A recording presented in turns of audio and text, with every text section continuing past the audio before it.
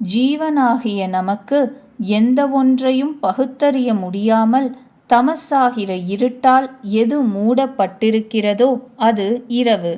ஞானம் பெற்றவனுக்கோ இது பகல். காக்கையின் பகல் கோட்டானுக்கு இரவு, கோட்டானின் பகல் காக்கைக்கு இரவு. அஞ்ஞானியால் விவேக விஞ்ஞானம் இல்லாமையால் உண்மை தத்துவம் காணப்பட முடிவது இல்லை. அஞ்ஞானியை பொறுத்தவரையில் சத்தியமான ஆத்ம தத்துவம் இரவு. ஞானிக்கு உண்மை தத்துவம் புலனாவதால் இதுவே பகலாகிறது.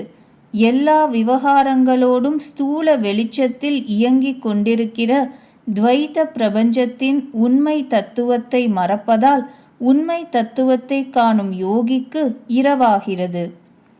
அஞ்ஞானத்தினால் தூங்கிக் கொண்டிருக்கும் அவித்யை எனும் உபாதியோடு கூடிய ஜீவனின் கனவு இது.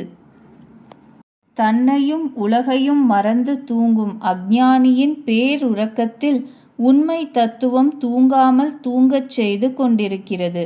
இத்தத்துவத்தை காணும் வல்லமை பெற்றிருப்பதால் ஞானிக்கு இது விழிப்பு நிலையாகவே இருக்கிறது. அதாவது எல்லா உயிர்களும் உறங்கும் இரவு மனம் அடங்கிய முனிவனுக்கு பகலாகவே இருக்கிறது. எந்த அஞ்ஞானத்தினால் அனைத்து உயிர்களும் இந்த ஸ்தூல பிரபஞ்சத்தில் விழித்து கொண்டிருக்கின்றனவோ அது உண்மையை காணும் முனிவனுக்கு இரவாகவே இருக்கிறது. எனவே அஞ்ஞான நிலையில்தான் கர்மங்கள் விதிக்கப்படுகின்றன. ஞான நிலையில் சாஸ்திர விதிகள் செல்லுபடி ஆகாது. கீழ்வானில் ஆதவன் எழுந்தால் இரவின் இருட்டு தானே விலகுகிறது. அதுபோல ஹிருதயாகாசத்தின் மனவெளியில் ஞான சூரியன் எழவும் அஞ்ஞானம் முழுவதுமாக நாசமடைகிறது. அப்படியென்றால் கர்மாவை விதிக்கிற வேத பிரமாணம் பயனற்றதா?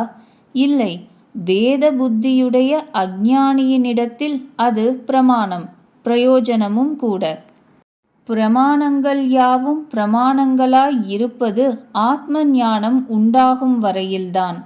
ஆச்சாரியாரின் இந்த வாக்கை ஆனந்தகிரி உடைத்து உரை சொல்லும் அழகே தனிதான். அதாவது எல்லா பிரமாணங்களுக்கும் பிரமாணிகத்துவம் ஆத்ம ஞானம் உண்டாகும் வரையில்தான். ஆத்ம ஞானம் எழுந்தபின் விவகாரங்களுக்கு, அதாவது கர்மங்களுக்கு இடம் ஏது? எனவே சாஸ்திர விதிகள் ஞானிகளிடம் செல்லுபடி ஆகாது. இவர்களால் முயன்றாலும் கர்மா செய்ய முடியாது.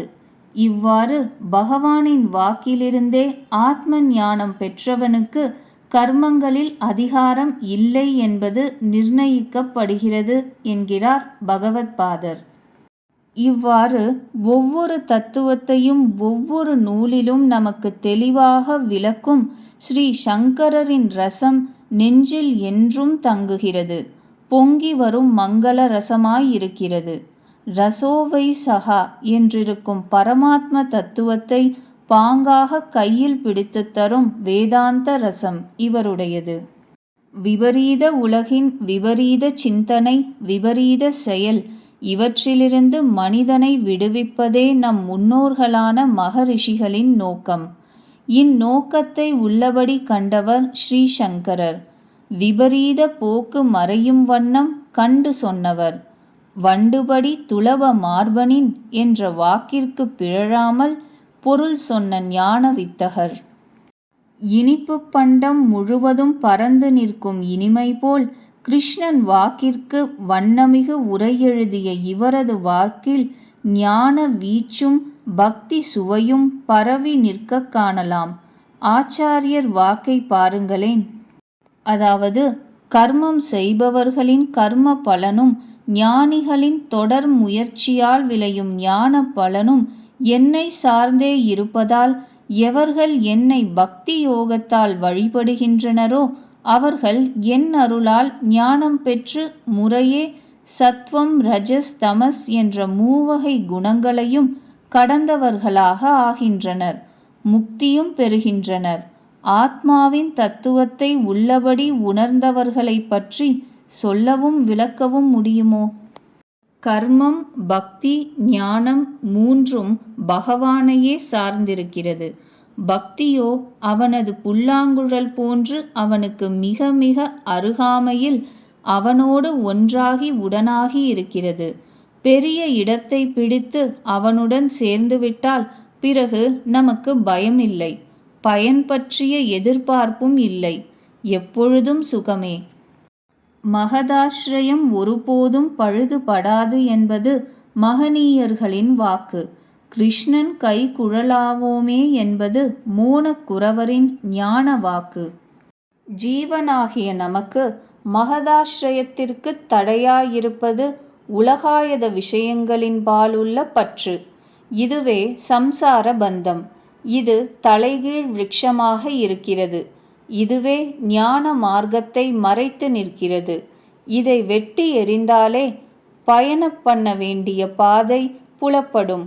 இந்த மரமோ முதலும் முடிவும் இல்லாமல் வழியை மறைத்து நிற்கிறது. வடிவமுடையது போல் தோன்றுகிறது.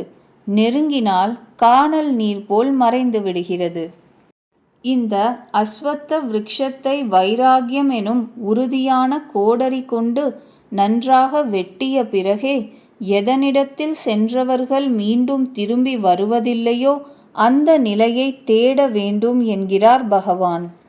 வைராகியம் எனும் கோடரி கொண்டு உறுதியாக கண்ணுக்கு புலப்படாத இம்மரத்தை எப்படி வெட்டுவதாம்? அது என்ன வைராகியம் எனும் கோடரி? இல்லாத மரத்தை உறுதியாக வெட்டுவது எப்படி? லோக விஷயங்களின் பாலுள்ள பற்றிலிருந்து விடுபடுதலே வைராகியம் என்பதாகும். இதையே கோடரியாக பயன்படுத்தி மாயையை விளக்க வேண்டும். இதுவே முதல் லட்சணம்.